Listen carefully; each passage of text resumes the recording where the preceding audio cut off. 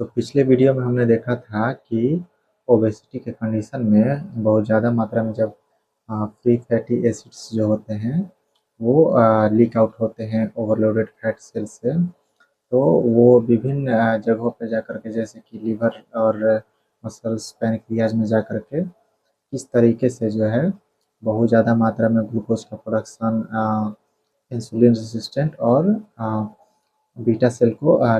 Destroy करने का काम करते हैं। तो इस वीडियो में हम देखेंगे कि ओबेसिटी के कंडीशन में ओवरलोडेड जो फैट सेल्स हैं और जो मैक्रोफेजेस हैं, तो वो क्या करते हैं कि इन्फ्लामेटरी साइटोकाइन्स रिलीज करते हैं। इन्फ्लामेटरी साइटोकाइन्स मतलब कि ये इनका जो रोल है वो इन्फ्लामेशन में होता है। तो जो ओवरलोडेड फैट सेल्स हैं और जो मैक्रोफेज हैं, वो मेनली 3 तरीके के जो है इन्फ्लेमेटरी साइटोकाइन्स रिलीज करते हैं, जैसे कि tuber necrosis factor alpha, interleukin 6 और इंटरल्यूकिन 1 बीटा। तो इनको हम बारी बारी से देखेंगे कि ये किस तरीके से जो है इंसुलिन रेसिस्टेंट, बहुत ज़्यादा मात्रा में ग्लूकोज का प्रोडक्शन और भी बहुत सारे जो इफेक्ट दिखाते हैं, तो हम बारी बारी से जानते हैं। तो सबसे पहले हम जानेंगे TNF अल्फा के बारे में, ट्यूबर नेक्रोसिस फैक्टर अल्फा। क्योंकि इस कंडीशन में क्या होता है कि ओबेसिटी और बहुत ज़्यादा मात्रा में जब ओवरलोडेड फैट सेल्स जब इन्फ्लेमेटरी साइटोकाइन्स रिलीज करते हैं, तो सबसे ज़्यादा मात्रा में जो है TNF अल्फा ही रिलीज होता है। और इसे हम सबसे पहले इसलिए भी जानेंगे क्योंकि एक्सपेरिमेंट में पाया गया है कि जो ट्यूबर नेक्रोसिस जो फैक्टर है अल्फा, तो ये बहुत बड़ा रोल होता है इसका इंसुलिन रेसिस्टेंट में। इनका जो है प्रयोग चूहों पर किया गया था, तो इसमें पाया गया कि अगर जो ट्यूबर नेक्रोसिस फैक्टर अल्फा है, अगर उनके शरीर से ये डिलीट हो जाए, म्यूटेट हो जाए, या मतलब कि वो ना रहे, तो उस कंडीशन में क्या होता है कि इंसुलिन रेसिस्टेंट का केस उस उनमें नहीं देखने को मिलता है। भले वो कितना भी ओबेसिटी का कंडीशन उनमें हो, फिर भी जो है इंसुलिन रेसिस्टेंट का केस उनमें देखने को नहीं मिलता है। तो इससे यही साबित होता है कि जो ट्यूबर नेक्रोसिस फैक्टर जो है अल्फा, तो इसका बहुत ज़्यादा रोल होता है इंसुलिन रेसिस्टेंट में। तो सबसे पहले हम इसके बारे में देखते हैं कि ये किस तरीके से काम करता है। तो मेनली जो ट्यूबर नेक्रोसिस जो फैक्टर अल्फा है, इन्फ्लेमेटरी साइटोकाइन, तो ये जब माइक्रोफेजेस और ओवरलोडेड जो फैट सेल्स हैं, जब उनसे रिलीज होता है, तो इसका सबसे ज़्यादा इफेक्ट देखने को मिलता है अनदर जो फैट सेल्स हैं और मसल्स पे। तो ये क्या करता है कि इंसुलिन रेसिस्टेंट का मेनली जो है ये काम करता है। तो इसे हम देख लेते हैं कैसा काम करता है।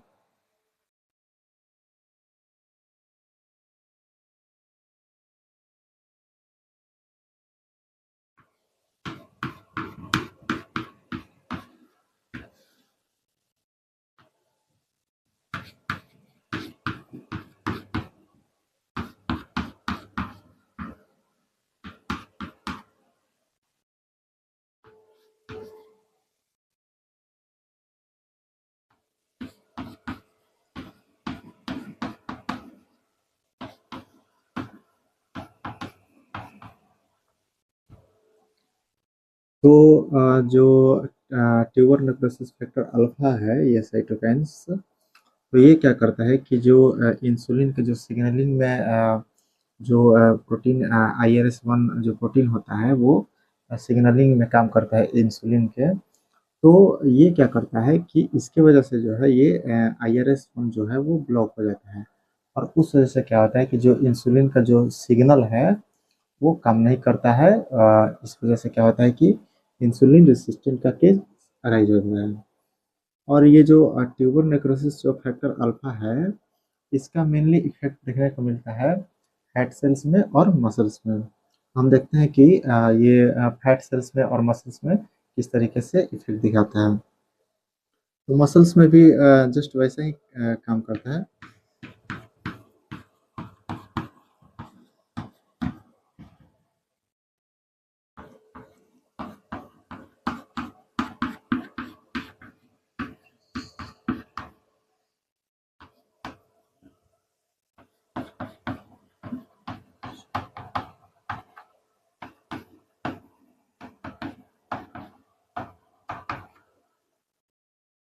तो मसल सेल्स में भी क्या करता है कि ये जो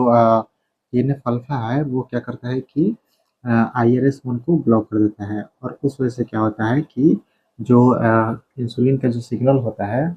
वो डिस्टर्ब हो जाता है, और इंसुलिन का सिग्नल काम नहीं करता है, जिस वजह से इंसुलिन रेसिस्टेंट का केस अराइज होता है। और जब इंसुलिन रेसिस्टेंट का केस जब अराइज होगा, तो जो मसल सेल्स जो हैं, तो उनमें जो ग्लूकोज के लिए जो एक चैनल होता है, ग्लूकोज चैनल, तो वो क्या करता है कि वो मतलब कि बन ही नहीं पाता है। मेनली क्या होता है कि ग्लूकोज एक वेसाइकल होता है, मतलब कि जो सेल्स के अंदर, मसल सेल्स के अंदर में एक वेसाइकल्स, मतलब कि बहुत सारे वेसाइकल्स होते हैं, और उसके अंदर ग्लूकोज प्रोटीन होता है।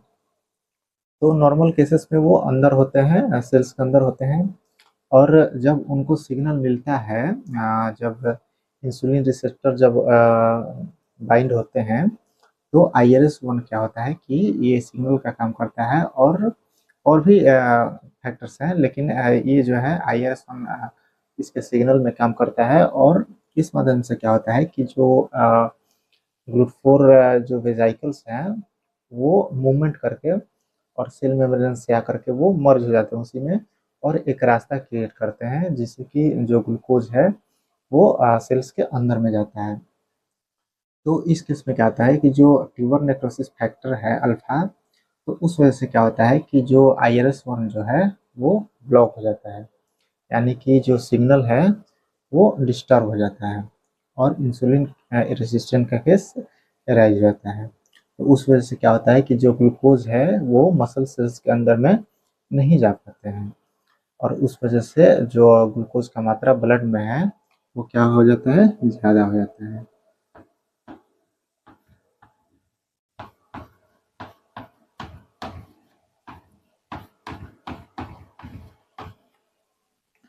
क्योंकि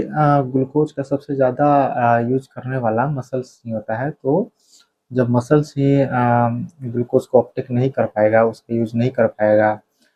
तो उस वजह से नॉर्मल सा बात है कि जो ग्लूकोज का जो मात्रा है वो ब्लड में ज़्यादा हो जाएगा। ये तो था मसल्स पे इफेक्ट। अब हम देखते हैं कि दूसरा जो अनदर जो फैट सेल्स हैं उन पर ये ट्यूबर नेक्रोसिस फैक्टर अल्फा है वो किस तरीके से अपना इफेक्ट दिखाता है।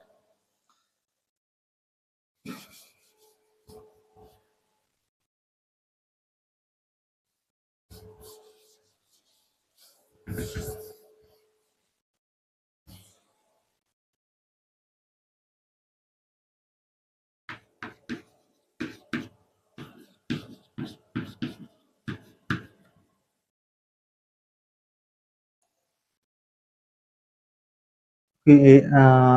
जो फैट सेल्स जो होते हैं, तो नॉर्मली जो उनमें इंसुलिन जो है वो क्या करता है कि एक एंजाइम होता है फैट सेल्स के अंदर में, उसका नाम होता है हार्मोनल सेंसिटिव लाइपेज। तो HSL, हार्मोनल सेंसिटिव लाइपेज।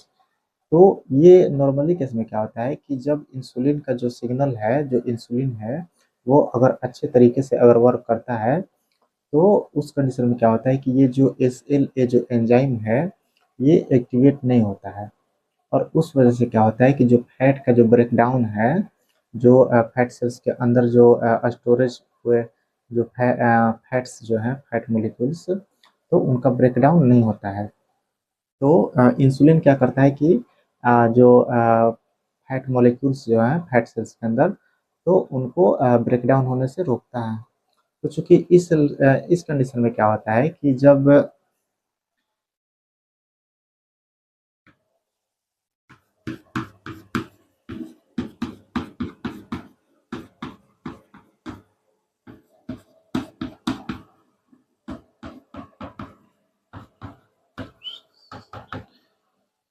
तो चूंकि ट्यूबर नेक्रोसिस फैक्टर के केस में क्या होता है कि वो क्या करता है कि IS-1 को ब्लॉक कर देता है, जिससे कि इंसुलिन रेसिस्टेंट हो जाता है। तो जब इंसुलिन रेसिस्टेंट का केस जब आ गया तो जो है जो इंसुलिन का जो सिग्नल है वो फैट सेल्स के अंदर में नॉर्मली काम नहीं करता है। तो उस वजह से क्या होता है कि जो SLA जो एंजाइम है वो मतलब कि वो एक्टिवेट हो जाता है। इंसुलिन अगर काम जब करता है, उसका सिग्नल अच्छे से काम करता है फैट सेल्स के अंदर में, तो जो SLA एंजाइम जो है तो वो एक्टिवेट नहीं होता है। और इस केस में क्या होता है कि जब इंसुलिन का जो सिग्नल है, इंसुलिन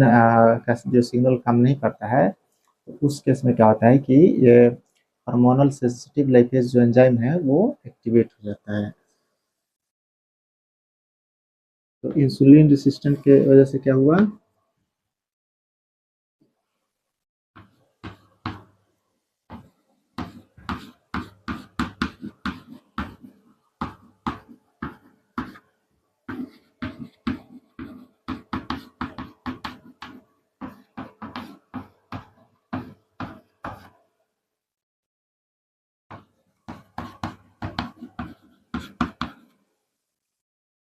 तो जब इंसुलिन रेसिस्टेंट का केस जब एराइज हुआ, तो ये जो SLA जो एंजाइम है, तो ये क्या होता है कि एक्टिवेट हो जाता है। और इस वजह से क्या होता है कि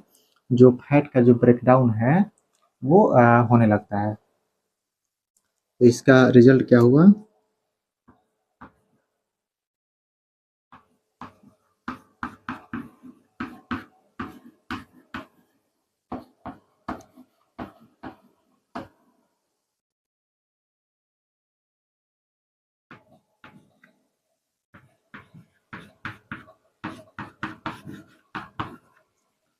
तो जब फैट का जब ब्रेकडाउन होने लगा, चूंकि इस कंडीशन में जो है बहुत ज़्यादा मात्रा में जब इंसुलिन रेसिस्टेंट का जब केस इसमें ट्यूबर नेक्रोसिस फैक्टर की वजह से हो जाता है, तो जो SLA वो भी ज़्यादा मात्रा में जो है वो एक्टिवेट हो जाता है। और उस वजह से क्या होता है कि जो फैट का जो ब्रेकडाउन है वो और ज़्यादा होने लगता है। पहले तो ओवरलोडेड जो फैट सेल्स थे वो तो फ्री फैटी एसिड रिलीज कर ही रहे थे। उसके बाद जब मैक्रोफेज प्लस में ये ओवरलोडेड फैट सेल्स जो हैं वो जब इंफ्लेमेटरी साइटोकाइंस रिलीज करते हैं, जैसे कि TNF अल्फा, तो उस वजह से भी क्या होता है कि इंसुलिन रेसिस्टेंट के केस की वजह से क्या होता है कि SLA एक्टिवेट हो गया, और जो फैट एक्यूमुलेट है फैट सेल्स के अंदर में, तो वो और ज़्यादा फैट ब्रेक डाउन करने लगते हैं। उस वजह से क्या होता है कि जो फ्री फैटी एसिड्स जो है वो और ज़्यादा हो जाता है। यानी कि हमने क्या देखा कि क्योंकि ये सबसे ज़्यादा जो है जो ट्यूबर नेक्रोसिस फैक्टर अल्फा है, इसका सबसे ज़्यादा जो इफेक्ट देखने को मिलता है वो मसल्स और फैट में देखने को मिलता है। और मसल्स में तो हमने देखा कि जो इंसुलिन का अगर रेसिस्टेंट का केस अगर अराइज हुआ, तो उस वजह से क्या होता है कि जो ग्लूकोज जो चैनल होता है तो वो ओपन नहीं हो पाता है। तो उस वजह से जो मसल्स जो सेल होते हैं वो ग्लूकोज का अपटेक नहीं कर पाते हैं। उस वजह से क्या होता है कि यूज यूज ना कर पाने की वजह से ग्लूकोज को, जो ग्लूकोज जो होता है वो ब्लड में ज़्यादा हो जाता है। और फैट में हमने क्या देखा कि जब इंसुलिन रेसिस्टेंट का केस अराइज होता है, तो इंसुलिन जो होता है नॉर्मली जो HSL जो एंजाइम है उसको क्या करता है कि वो एक्टिवेट नहीं होने देता है, मतलब कि फैट का ब्रेकडाउन नहीं होने देता है। लेकिन इस केस में जब इंसुलिन का जब सिग्नल अच्छे से काम नहीं कर रहा है, तो उस वजह से क्या होता है कि जो फैट का ब्रेकडाउन है वो बहुत ज़्यादा हो जाता है। और उस वजह से क्या होता है कि जो फ्री फैटी एसिड्स जो होते हैं वो और भी ज़्यादा हो जाते हैं। तो एक बार हम लोग फिर से देख लेते हैं कि जब फ्री फैटी एसिड ज़्यादा हो जाते हैं तो उसका इफेक्ट क्या देखने को मिलता है। तो चूँकि ट्यूबर नेक्रोसिस फैक्टर की वजह से जब बहुत ज़्यादा मात्रा में फैट का ब्रेकडाउन होता है, तो जो उससे जो फ्री फैटी एसिड्स जो रिलीज होते हैं तो वो बहुत ज़्यादा मात्रा में होते हैं। और वो जब लिवर में आते हैं और मसल्स में जाते हैं, फिर पैनक्रियाज में जाते हैं, तो वो किस तरीके से अपना इफेक्ट दिखाते हैं उसको हम एक बार फिर से शॉर्टली में देख लेते हैं। तो जब वो लिवर सेल्स के पास जाते हैं, हेपेटोसाइट्स के पास जाते हैं, तो फ्री फैटी एसिड चूंकि बहुत ज़्यादा मात्रा में होता है, तो उनका ब्रेकडाउन भी है लिवर सेल्स में माइटोकॉन्ड्रिया के अंदर बहुत ज़्यादा होता है।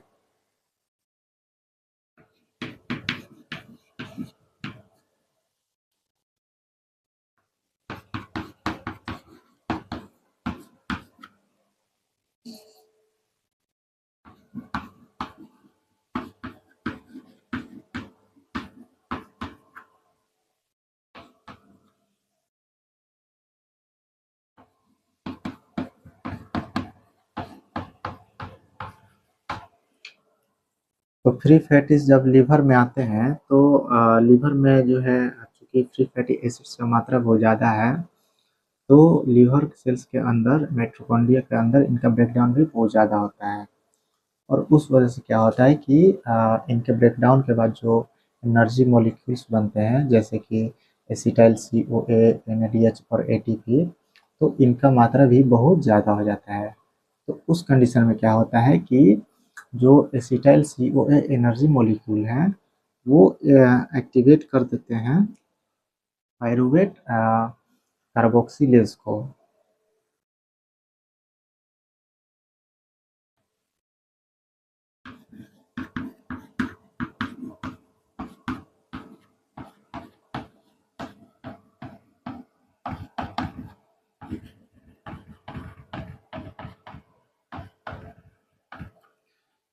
तो एसिटाइल जो CoA एनर्जी मॉलिक्यूल है, तो वो क्या करता है कि जो पायरुवेट कार्बोक्सिलेज एंजाइम है उसको एक्टिवेट कर देता है। और ये क्या करता है कि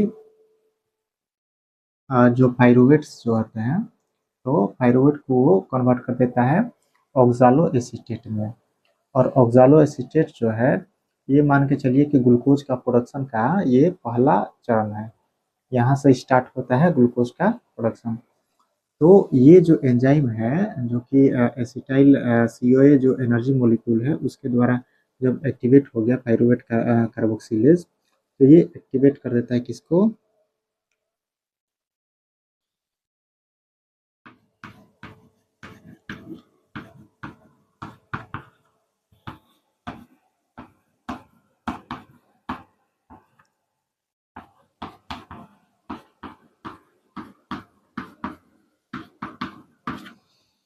तो पायरुवेट को जो पायरुवेट कार्बोक्सिलेज एंजाइम जो है,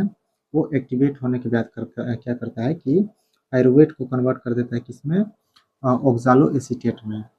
और ऑक्सालो एसीटेट जो है, ये ग्लूकोज के प्रोडक्शन का ये पहला चरण है। सबसे पहले यहीं से अब स्टार्ट होता है। फिर ऑक्सालो एसीटेट है, तो ये बहुत सारे स्टेप्स के बाद जो है वो ग्लूकोज में कन्वर्ट होता है। तो चूंकि फ्री फैटी एसिड्स बहुत ज़्यादा मात्रा में रिलीज हो रहे हैं, तो उस वजह से क्या होता है कि जो एनर्जी मॉलिक्यूल्स हैं, तो वो भी बहुत ज़्यादा में मात्रा में उनका प्रोडक्शन हो गया। और जब उनका मात्रा बहुत ज़्यादा होता है एनर्जी मॉलिक्यूल्स का,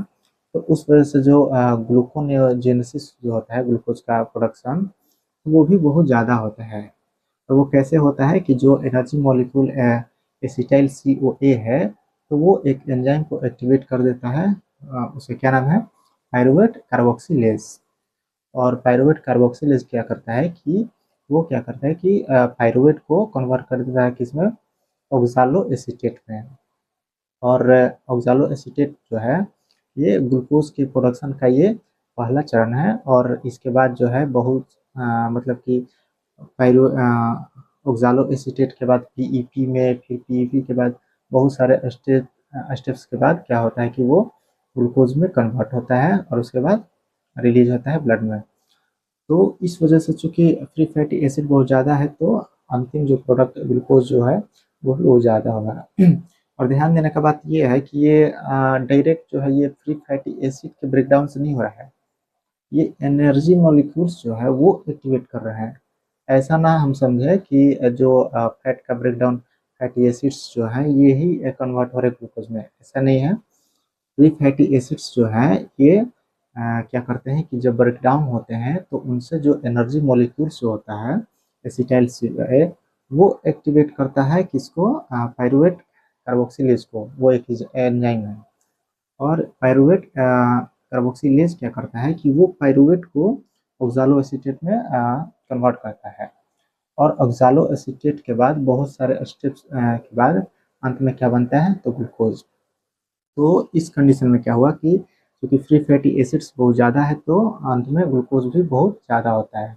तो उस वजह से क्या होता है कि फास्टिंग ब्लड शुगर जो है वो ज़्यादा हो जाता है। तो अंतिम रिजल्ट क्या है,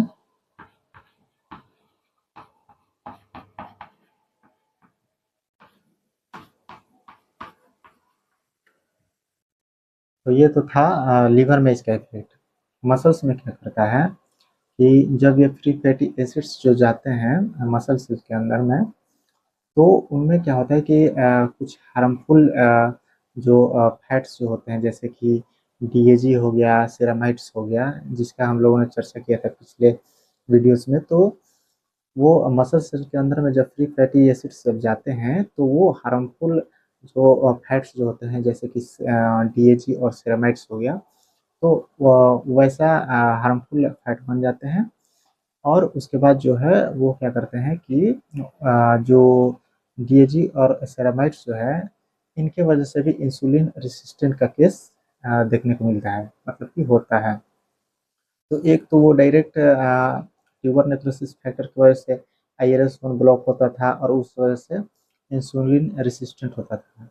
लेकिन उस वजह से जब free fatty acid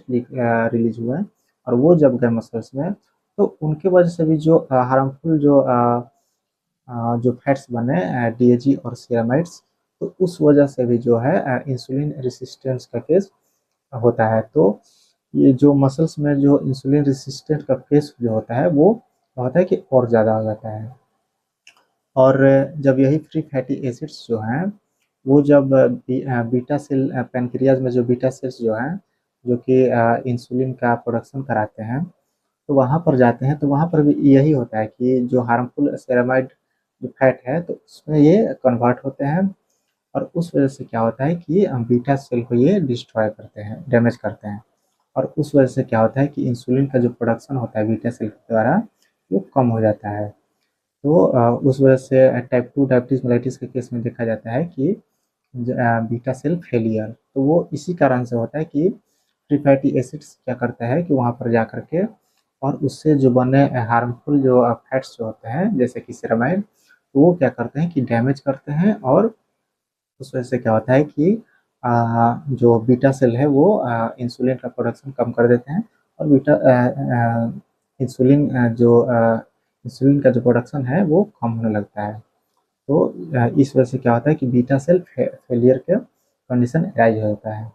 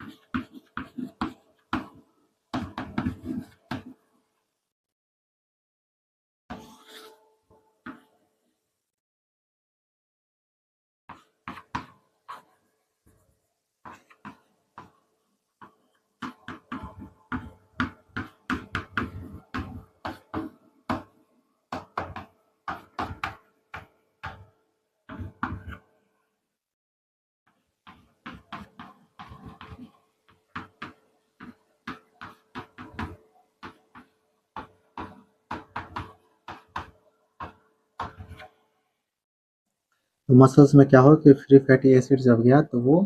harmful DAG and ceramides वहाँ पर वो हार्मफुल फैट मॉलिक्यूल्स बनाते हैं। और उस वजह से क्या होता है कि इंसुलिन रेसिस्टेंट का केस रह जाता है। और जो मसल्स में जो है वो इंसुलिन रेसिस्टेंट का केस और ज़्यादा खराब हो जाता है, मतलब कि और ज़्यादा इंसुलिन रेसिस्टेंट हो जाते हैं।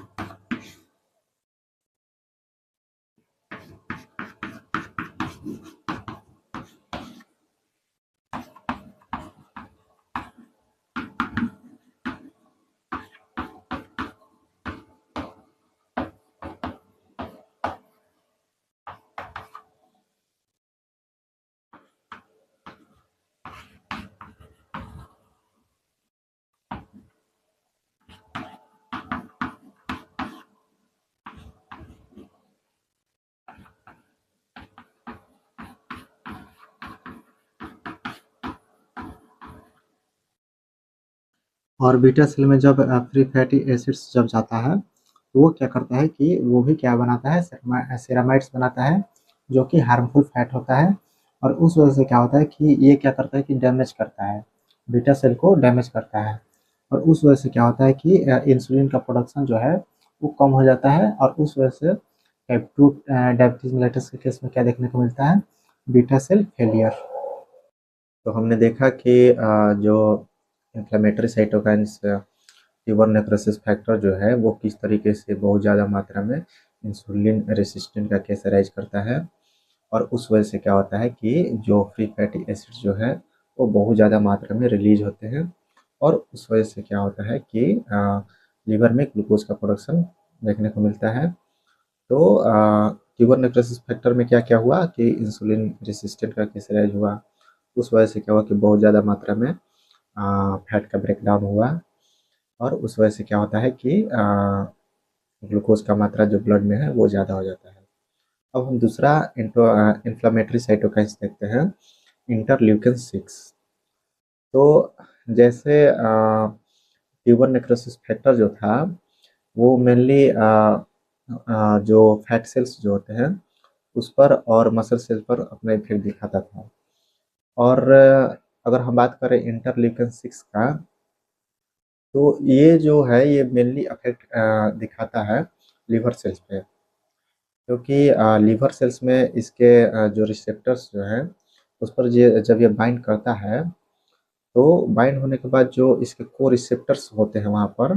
GP130 उसका नाम है, तो वो इतने ज़्यादा मात्रा में होते हैं कि अगर ये इंटरल्यूकिन 6 जो है अगर कम मात्रा में भी लीवर सेल्स से अगर बाइंड होता है तो वो बहुत ज़्यादा स्टिमुलेट होते हैं। और उस वजह से क्या होता है कि इंटरल्यूकिन 6 का जो सिग्नल है वो हेपेटोसाइट में बहुत ज़्यादा काम करता है।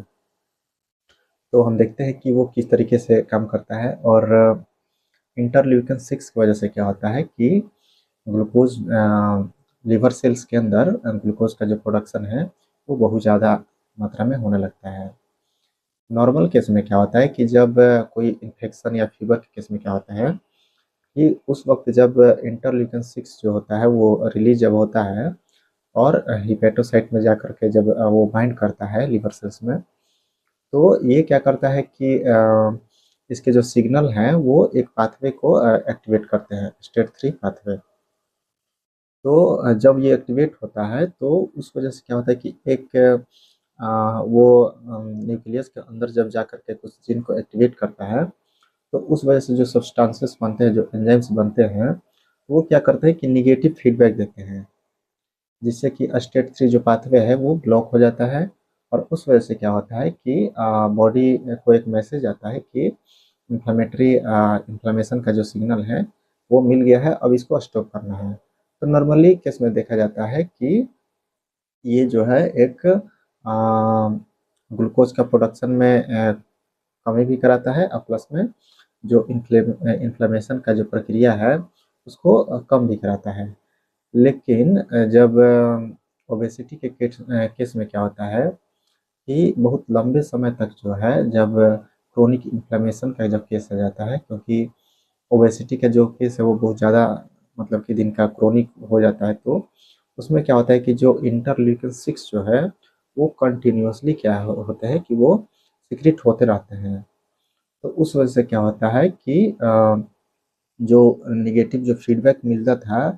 तो वो भी काम नहीं करता, उसका ऑपोजिट काम होने लगते हैं। और क्या होता है कि जो ग्लूकोज का जो प्रोडक्शन है वो कम होने की बजाय क्या हो जाता है कि वो ज़्यादा होने लगता है। और क्या होता है कि जो इन्फ्लेमेशन का जो मार्कर CRP एक प्रोटीन होता है, सी रिएक्टिव प्रोटीन, वो ब्लड में बहुत ज़्यादा उनका मात्रा पाया जाता है,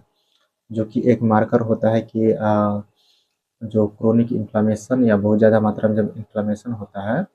तो बॉडी के अंदर सीआरपी का मात्रा ज़्यादा हो जाता है। तो ये जो सारे जो केसेस है वो किस तरीके से होते हैं उसको हम देखते हैं।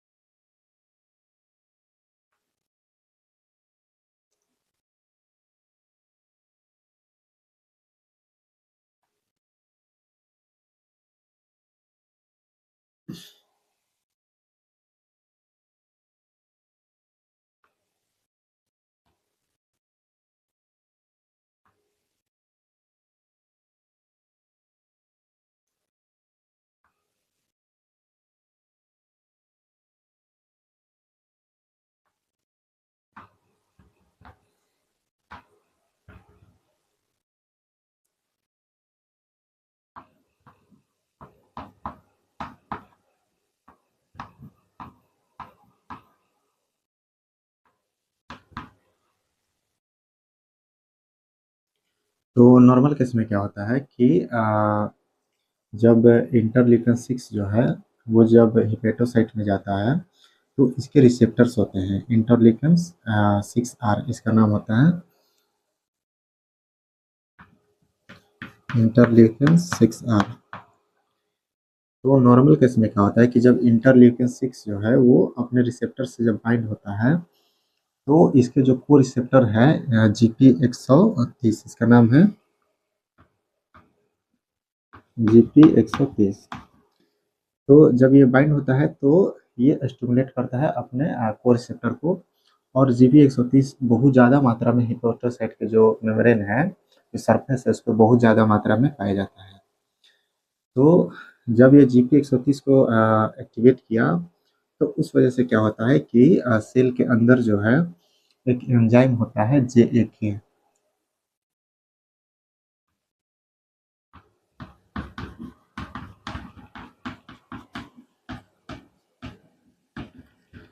तो जब को रिसेप्टर GP130 एक्टिवेट हुआ तो उस वजह से वो किसको एक्टिवेट करता है, तो JK एंजाइम को। और सबसे पहले सिग्नल किसको मिला, रिसेप्टर को।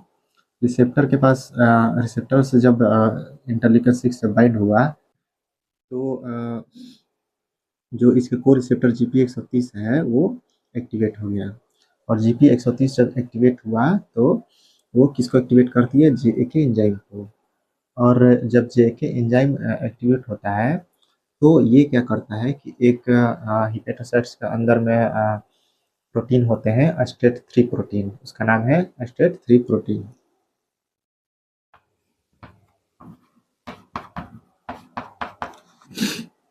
तो ये JK एंजाइम जब एक्टिवेट हुआ तो ये STAT3 प्रोटीन को एक्टिवेट कर देता है।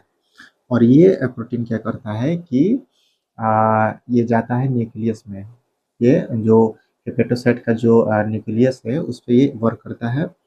और उसके अंदर ये क्या करता है कि कुछ खास तरीके का जो है वो जो जीन्स होते हैं उनको एक्टिवेट करता है। और कुछ जो जीन हैं जो कि ज़्यादा मात्रा में ग्लूकोज का प्रोडक्शन कराने के लिए जिम्मेवार होते हैं, तो उनको क्या करता है कि उनको ब्लॉक भी करता है। तो नॉर्मल केस में क्या होता है कि जब इंटरल्यूकिन 6 जब इस अपने रिसेप्टर से बाइंड हुआ इंटरल्यूकिन 6R, तो उसके वजह से क्या हुआ कि उसके जो को रिसेप्टर है GP130 वो एक्टिवेट हुआ। उसके बाद जो एक एंजाइम है JAK एंजाइम वो एक्टिवेट हुआ, और वो क्या करता है कि एक प्रोटीन को एक्टिवेट कर देता है STAT3, और ये STAT3 प्रोटीन जाकर के न्यूक्लियस में काम करता है और कुछ खास तरीके का जीन को एक्टिवेट करता है, जिससे कि CRP और SOCH3 का प्रोडक्शन ज़्यादा हो जाता है। तो CRP सी रिएक्टिव प्रोटीन जो होता है, तो जब बहुत ज़्यादा मात्रा में ओबेसिटी की कंडीशन में जब ओवरलोडेड फैट सेल्स और जो मैक्रोफेजेस जब बहुत ज़्यादा मात्रा में इंटरल्यूकिन-6 जब रिलीज करते हैं, तो जब ये हिपेटोसाइट से जाकर के बाइंड होता है, तो क्योंकि ये बहुत ज़्यादा मात्रा में है, तो उस वजह से जो ये सिग्नल्स होते हैं वो भी बहुत ज़्यादा मात्रा में सेल के अंदर मिलते हैं, और उस वजह से क्या होता है कि इससे जो जीन एक्टिवेट जो होते हैं वो क्या करते हैं कि बहुत ज़्यादा मात्रा में CRP और SOCH3 को प्रोडक्शन में काम करते हैं। तो इस केस में क्या देखा जाता है कि जो CRP का लेवल ब्लड में है वो ज़्यादा हो जाता है, और ये मार्कर होता है कि इन्फ्लामेशन का, क्रोनिक इन्फ्लामेशन का मार्कर होता है कि बॉडी में जो है वो ज़्यादा मात्रा में और क्रोनिक इन्फ्लामेशन है। और ये सिर्फ मार्कर का ही काम नहीं करता है कि सिर्फ ये इन्फ्लामेशन को बताता है कि ये इन्फ्लामेशन है। ये क्या करता है कि जो ब्लड वेसल्स के जो अंदर के जो लाइनिंग है एंडोथेलियम, तो उनसे क्या होता है कि ये स्टिक होकर के और उनको डैमेज करता है, और उस वजह से क्या होता है कि उनमें इन्फ्लामेशन देखने को मिलता है, और उस वजह से हार्ट अटैक का भी केस होने का खतरा रहता है। तो इस वजह से क्या हुआ कि CRP जो है वो ज़्यादा हो गया। अब हम बात करते हैं SOCH3 एंजाइम का। नॉर्मल केस में जैसे कि इन्फेक्शन हो गया, फीवर हो गया, तो इस केस में क्या होता है कि जब इंटरल्यूकिन-6 जब रिलीज होते हैं और वो आकर के जब हिपेटोसाइट्स के जो इसके अपने रिसेप्टर है इंटरल्यूकिन-6R, उससे जब बाइंड होते हैं, तो उस वजह से जब ये STAT3 पाथवे, इसे हम लोग बोलते हैं STAT3 पाथवे,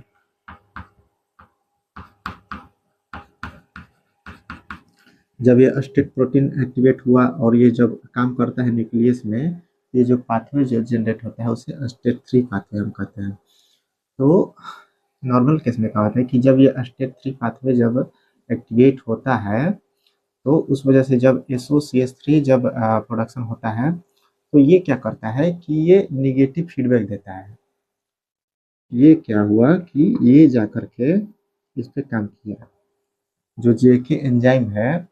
उस पे जाकर के और निगेटिव फीडबैक देता है, उनको ब्लॉक करता है, जिससे कि जो इन्फ्लामेशन का जो प्रक्रिया हुआ वो नॉर्मल केस में कम हो जाता है। तो उस वजह से क्या होता है कि इन्फ्लेमेशन स्टॉप होता है और निगेटिव फीडबैक जाता है, और साथ ही साथ क्या करता है ये कि नॉर्मल कंडीशन में जो इंसुलिन के जो रिसेप्टर्स जो होते हैं हेपेटोसाइट्स पे,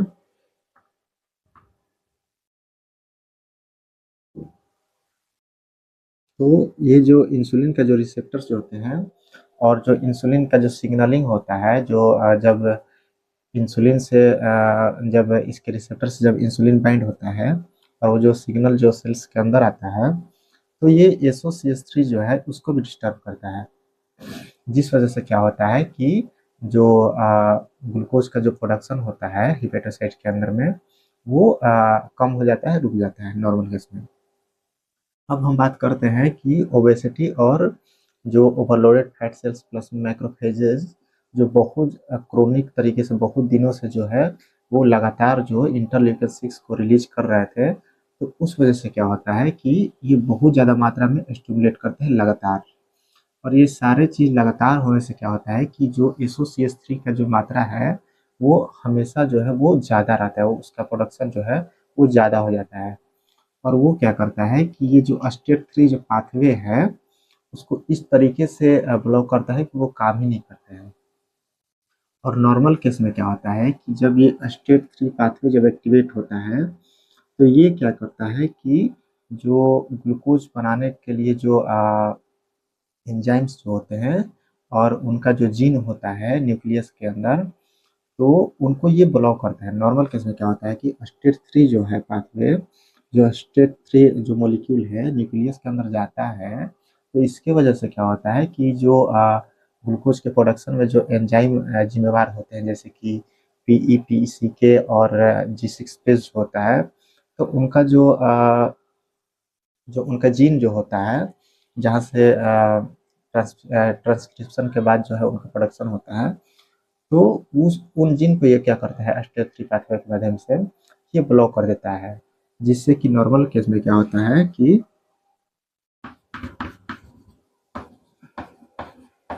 नॉर्मल केस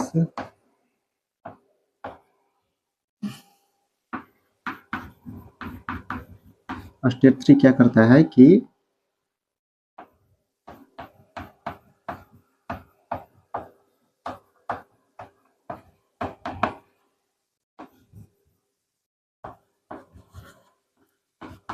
नॉर्मल केस में क्या करता है कि STAT3 पाथवे जो है, ये क्या करता है कि ग्लूकोनियोजेनेसिस, जो ग्लूकोज का जो प्रोडक्शन है उसको कम कर देता है। कैसे? तो जिन में जाकर के जो एंजाइम्स जो कि ग्लूकोनेओजेनेसिस के लिए जो काम करते हैं, तो उनका जीन को क्या करता है कि ब्लॉक कर देता है, और उस वजह से क्या होता है कि जो ग्लूकोज का प्रोडक्शन है वो कम हो जाता है।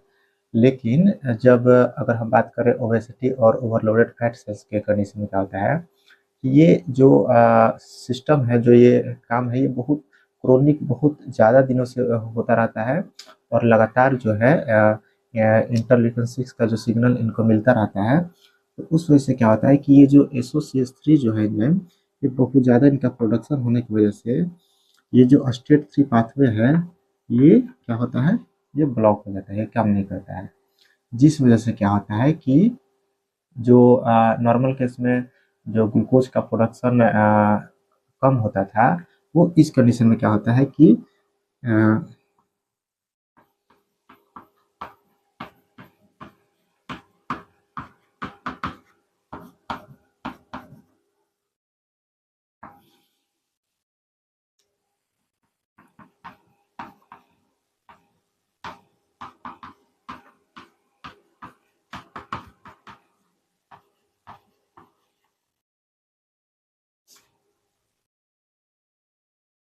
तो इस कंडीशन में क्या होता है कि जब क्रोनिक ओबेसिटी, मतलब कि बहुत ज़्यादा दिनों से जो ओवरलोडेड फैट सेल्स और मैक्रोफेज जो इन्फ्लेमेशन के प्रोसेस के तहत जो इंटरल्यूकिन 6 रिलीज करते थे, उस वजह से क्या होता है कि ये जो एसओसीएच3 जो एंजाइम है, वो इतना ज़्यादा हिपेटोसाइट के अंदर में इसका प्रोडक्शन होता है, और ये इस तरीके से ब्लॉक करता है कि जो STAT3 पाथवे है वो ब्लॉक हो जाता है। और उस वजह से क्या होता है कि नॉर्मल केस में जो ये ग्लूकोनेओजेनेसिस का जो काम है, जो ग्लूकोज का जो प्रोडक्शन है, तो उसको कम करने का काम करता था। तो इस केस में क्या होता है कि SOCH3 के बहुत ज़्यादा हो जाने से, ये बहुत ज़्यादा मात्रा में जब इनको ब्लॉक करने का जब काम करता है, तो STAT3 जो पाथवे है वो इस तरह से जो है ब्लॉक हो जाता है, वर्स्ट हो जाते हैं कि जो ग्लूकोज का जो प्रोडक्शन है वो ज़्यादा होने लगता है। मतलब कि ये इनहिबिट नहीं कर पाता है, मतलब कि जो जीन्स जो होते हैं, जो उन एंजाइम के लिए, प्रोडक्शन के लिए जो जिम्मेवार होते थे, और उनको नॉर्मल केस में जो ये उनको ब्लॉक करता था, तो जब ये STAT3 पाथवे ही जब ब्लॉक हो गया, तो ये कहाँ से इनहिबिट करेगा। और उस वजह से क्या होता है कि जो ग्लूकोनेओजेनेसिस का जो कंडीशन है वो ज़्यादा हो जाता है, और उस वजह से क्या होता है कि ब्लड में जो है ग्लूकोज का मात्रा वो ज़्यादा हो जाता है। और साथ ही साथ जो एसोसिएच3 एंजाइम है, ये इंसुलिन रेसिस्टेंट का भी काम करता है, मतलब कि इंसुलिन का जो पाथवे है, सिग्नलिंग है, उनको भी डिस्टर्ब करता है। जिस वजह से क्या होता है कि इस वजह से भी ग्लूकोनेओजेनेसिस का जो प्रक्रिया है, ग्लूकोज का प्रोडक्शन का जो प्रक्रिया है वो ज़्यादा होता है, जिस वजह से अंतिम रिजल्ट क्या होता है कि ग्लूकोज का प्रोडक्शन बहुत ज़्यादा हो जाता है, जिससे कि फास्टिंग ब्लड शुगर का केस देखने को मिलता है। तो ये था हमारा इंटरल्यूकिन 6 किस तरीके से वर्क करता है।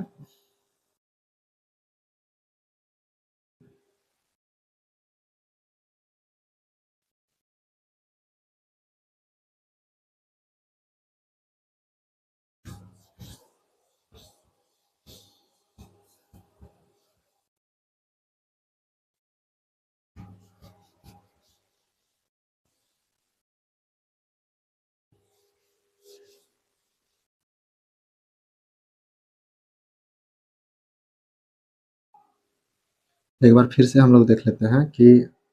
सबसे पहले इंटरलिकेंस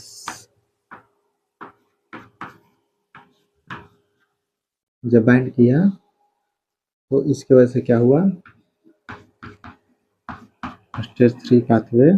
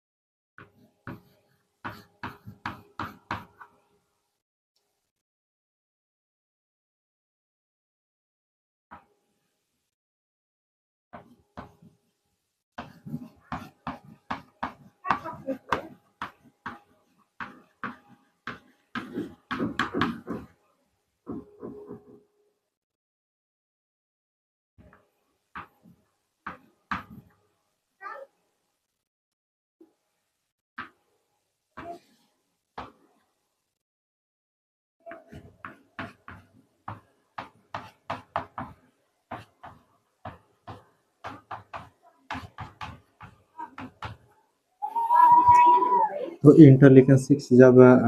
हेपेटोसाइट से बाइंड हुआ, अपने रिसेप्टर्स इंटरलिकन 6 आर से जब बाइंड हुआ, तो उस वजह से क्या होता है कि स्टेट 3 पाथवे जो है वो एक्टिवेट होता है, और उस वजह से क्या होता है कि ये न्यूक्लियस में जाकर के और जो जीन्स जो होते हैं तो उनको एक्टिवेट करता है, जिससे कि एसओसीएस 3 का जो प्रोडक्शन है वो बहुत ज़्यादा हो जाता है, क्योंकि इंटरलिकन 6 जो है बहुत क्रोनिक समय से, मतलब कि लंबे समय से और लगातार जो है इसका सिग्नल मिलने की वजह से जो एसओसीएस 3 का जो प्रोडक्शन है वो बहुत ज़्यादा होता है। और नॉर्मल केस में क्या होता है कि जो स्टेट 3 पाथवे के तहत जीन के एक्टिवेट होने की वजह से जो एसओसीएस 3 जो है वो प्रोडक्शन होता था, और ये जो क्या करता है कि ये स्टेट 3 पाथवे को क्या करता है कि इनहिबिट करने का और निगेटिव फीडबैक देने का काम करता है। तो उस वजह से क्या होता है कि जब और नॉर्मल केस में क्या होता है कि जो स्टेट 3 पाथवे है वो ग्लूकोज के जो प्रोडक्शन है तो उनको क्या करता है कि इनहिबिट करता है, कम करता है। और जब एसओसीएस 3 जो है इस कंडीशन में, ओबेसिटी की कंडीशन में और क्रोनिक ओबेसिटी और ओवरलोडेड फैट सेल्स के कंडीशन में क्या होता है कि जब ये बहुत ज़्यादा मात्रा में इंटरल्यूकिन 6 जब यहाँ पर लगातार काम करते हैं, अपने रिसेप्टर से बाइंड होते हैं, तो उस वजह से क्या होता है कि जो एसओसीएस 3 का प्रोडक्शन बहुत ज़्यादा हुआ, तो ये इस तरीके से इसको इनहिबिट करता है स्टेट 3 पाथवे को कि ये जो है वो अपना जो एक काम था ग्लूकोनियोजेनेसिस को कम करना, ग्लूकोज के प्रोडक्शन को कम करना, तो वो नहीं करा पाता है, और उस वजह से क्या होता है कि ग्लूकोज का जो प्रोडक्शन है, ग्लूकोनियोजेनेसिस, वो लगातार होते रहता है। तो उसका रिजल्ट क्या होता है कि ग्लूकोनियोजेनेसिस, मतलब कि ग्लूकोज का मात्रा ज़्यादा हो जाता है, और उसका रिजल्ट क्या होता है, इंक्रीज फास्टिंग ब्लड शुगर।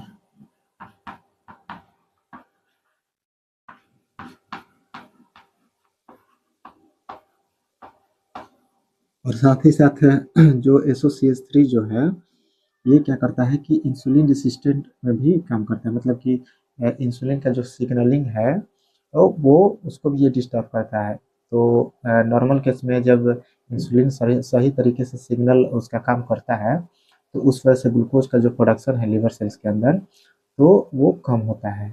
और चूंकि इंसुलिन सिग्नलिंग का जो ये रास्ता है उसको ये भी क्या करता है कि ब्लॉक करता है, इंसुलिन का जो सिग्नल है उसको भी ये एसओसीएस 3 ब्लॉक करता है। तो उस वजह से क्या होता है कि जो ग्लूकोज का जो प्रोडक्शन है वो रुकता नहीं है, वो होते रहता है। ये दो दो फैक्टर की वजह से क्या होता है कि अंत में जो है फास्टिंग ब्लड शुगर ग्लूकोज का प्रोडक्शन होने की वजह से ज़्यादा हो जाता है। तो अंत में हम लोग बात कर लेते हैं इंफ्लेमेटरी साइटोकाइन्स इंटरल्यूकिन्स 1 बीटा के बारे में। तो ओबेसिटी के कंडीशन में, क्रोनिक ओबेसिटी के कंडीशन में जब ओवरलोडेड फैट सेल्स जब बहुत ज़्यादा स्ट्रेस में होते हैं, तो सीवियर कंडीशन में क्या होता है कि बहुत ज़्यादा जब स्ट्रेस में होते हैं, तो उस कंडीशन में जो मैक्रोफेजेस उनके अराउंड हैं, जो डब्ल्यूबीसीज जो हैं, तो वो क्या करते हैं कि वो रिलीज करते हैं इंटरल्यूकिन 1 बीटा। और ये क्या करता है कि जो अनदर जो लोकल जो फैट सेल्स हैं, तो उनमें क्या करता है कि इंसुलिन रेसिस्टेंट का केस अराइज करता है। और उस वजह से क्या होता है कि जो फैट का जो ब्रेकडाउन है वो ज़्यादा होने लगता है। और उस वजह से क्या होता है कि जो फ्री फैटी एसिड्स जो हैं वो बहुत ज़्यादा मात्रा में लीक आउट होने लगता है। और जब बहुत ज़्यादा मात्रा में जब फ्री फैटी एसिड्स जब लीक आउट होते हैं और रिलीज होते हैं ब्लड में, तो उस वजह से क्या होता है कि इन्फ्लेमेशन का जो प्रोसेस है वो और ज़्यादा देखने को मिलता है। और उस वजह से क्या होता है कि जो हेल्दी जो अनदर फैट सेल्स हैं, तो उनमें भी इन्फ्लेमेशन हो जाता है। और उस वजह से क्या होता है कि जो ये जो प्रक्रियाएं हैं, जो इंसुलिन रेसिस्टेंट और जो free fatty acids leak out होने वाला जो ये सब प्रक्रिया है, वो और भी ज़्यादा होने लगते हैं। तो ये मेनली क्या करता है कि इंसुलिन रेसिस्टेंट का केस राइज करता है फैट सेल्स में। और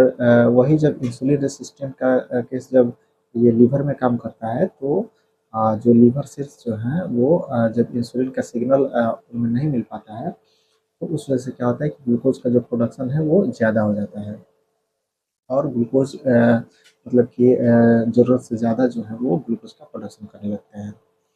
और अंत में ये क्या करता है कि जब अ, जो पैनक्रियाज के जो बीटा सेल्स हैं, तो उनमें क्या करता है कि अ, उनमें ये इन्फ्लेमेशन का काम कराता है। और जो उसके अंदर जो एंडोप्लाज्मिक रेटिकुलम और जो माइटोकॉन्ड्रिया जो है वो स्ट्रेस में हो जाते हैं। और उस वजह से क्या होता है कि जो सेल डेथ जो होता है, अपोप्टोसिस जो होता है, जो सेल का सुसाइड जिसे हम लोग कहते हैं, तो वो इस तरीके से कंडीशन अराइज होता है कि जो अपोप्टोसिस का जो प्रक्रिया है वो शुरू हो जाता है। तो इंटरल्यूकिन 1 बीटा के बारे में हमने क्या देखा कि ये क्या करता है कि इंसुलिन रेसिस्टेंट का केस राइज करता है। इस वजह से क्या होता है कि जो फैट का ब्रेकडाउन है वो ज़्यादा होता है। उस वजह से क्या होता है कि जो फ्री फैटी एसिड्स जो है वो ज़्यादा मात्रा में लीक आउट होते हैं। ज़्यादा मात्रा में जब free fatty acid leak out होते हैं, तो इन्फ्लेमेशन का प्रक्रिया है वो ज़्यादा देखने को मिलता है। और उस वजह से क्या होता है कि जो हेल्दी अनदर जो फैट सेल्स है, वो भी क्या होते हैं कि वो भी सिक हो जाते हैं, बीमार हो जाते हैं। और ये जब इंटरल्यूकिन 1 बीटा जब लिवर सेल्स में वर्क करता है, तो वहाँ भी इंसुलिन रेसिस्टेंट का केस अराइज होने की वजह से जो ग्लूकोज का जो प्रोडक्शन है वो ज़्यादा हो जाता है। और जब ये पैनक्रियाज में काम करता है, तो वहाँ पर जो एंडोप्लाज्मिक रेटिकुलम और माइटोकॉन्ड्रिया जो हैं, तो जब वो स्ट्रेस में होते हैं, तो उस वजह से जो सेल डेथ का जो प्रक्रिया है वो स्टार्ट हो जाता है, जिस वजह से जो इंसुलिन का जो प्रोडक्शन है वो कम हो जाता है।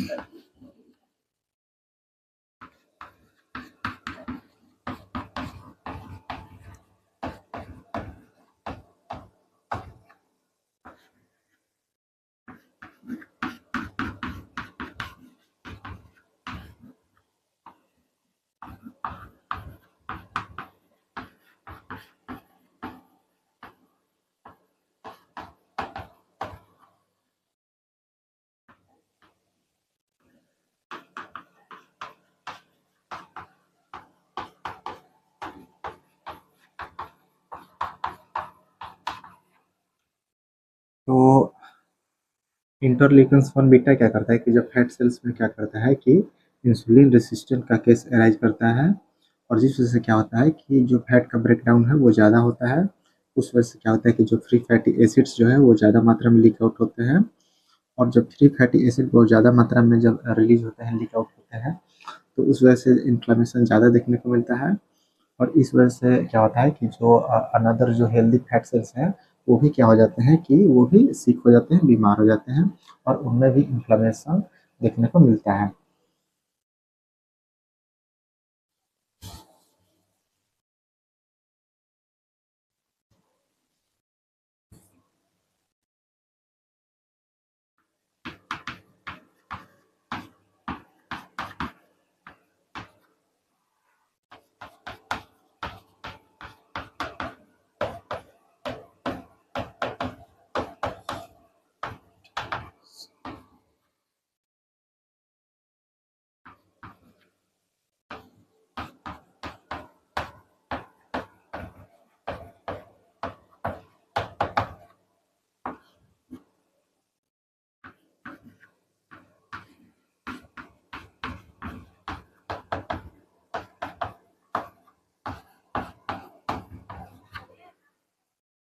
लिवर सेल्स में ये क्या करता है कि वहाँ पर इंसुलिन रेसिस्टेंट के केस की वजह से क्या होता है कि ग्लूकोनियोजेनेसिस, जो ग्लूकोज के प्रोडक्शन का जो प्रक्रिया है वो ज़्यादा हो जाता है, और उस वजह से क्या होता है कि ग्लूकोज का जो मात्रा है वो ब्लड में ज़्यादा हो जाता है।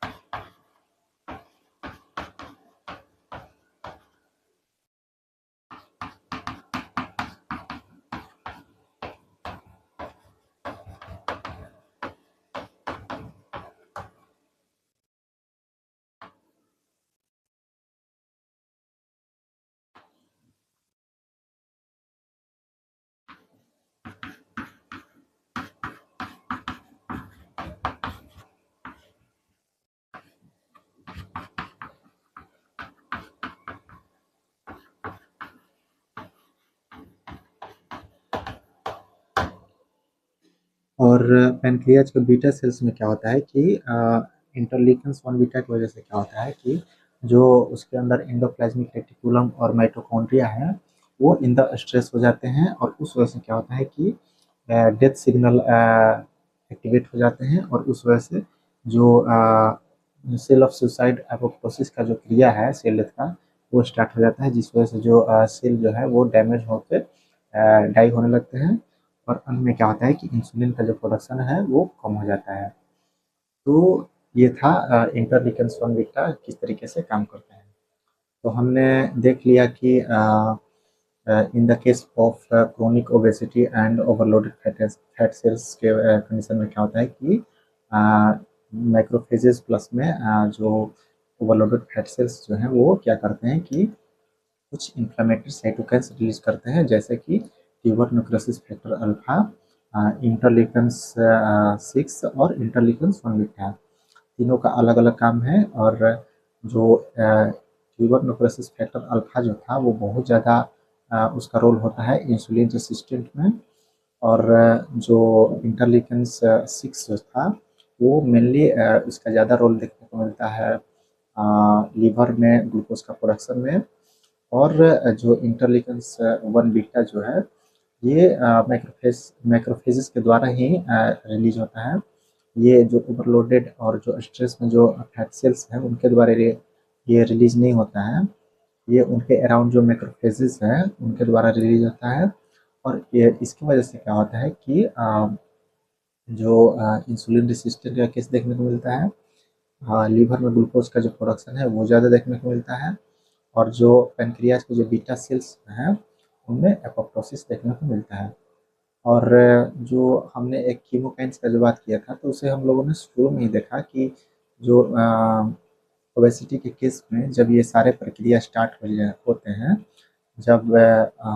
Overloaded fat cells in the stress होते हैं, तो वो जब इन्फ्लेमेटरी साइटोकिन्स रिलीज कर रहे थे तो साथ ही साथ वो कीमोकाइन भी रिलीज करते हैं, जैसे कि एमसीपी1 था। तो वो क्या करता था कि वो एक मैग्नेट की तरह काम करता था। वो जा करके ब्लड से जो मोनोसाइट्स जो हैं उनको अट्रैक्ट करके जो अफेक्टेड जो टिश्यू होते हैं वहाँ पर लाता था, और उसके वजह से जो मोनोसाइट टिश्यू के अंदर आते हैं तो वो मैक्रोफेजेस में कन्वर्ट हो जाते हैं, और उसके बाद ये सारे जो प्रक्रिया है वो स्टार्ट होता है। तो हमने क्लियर कर लिया इन्फ्लेमेटरी साइटोकाइन्स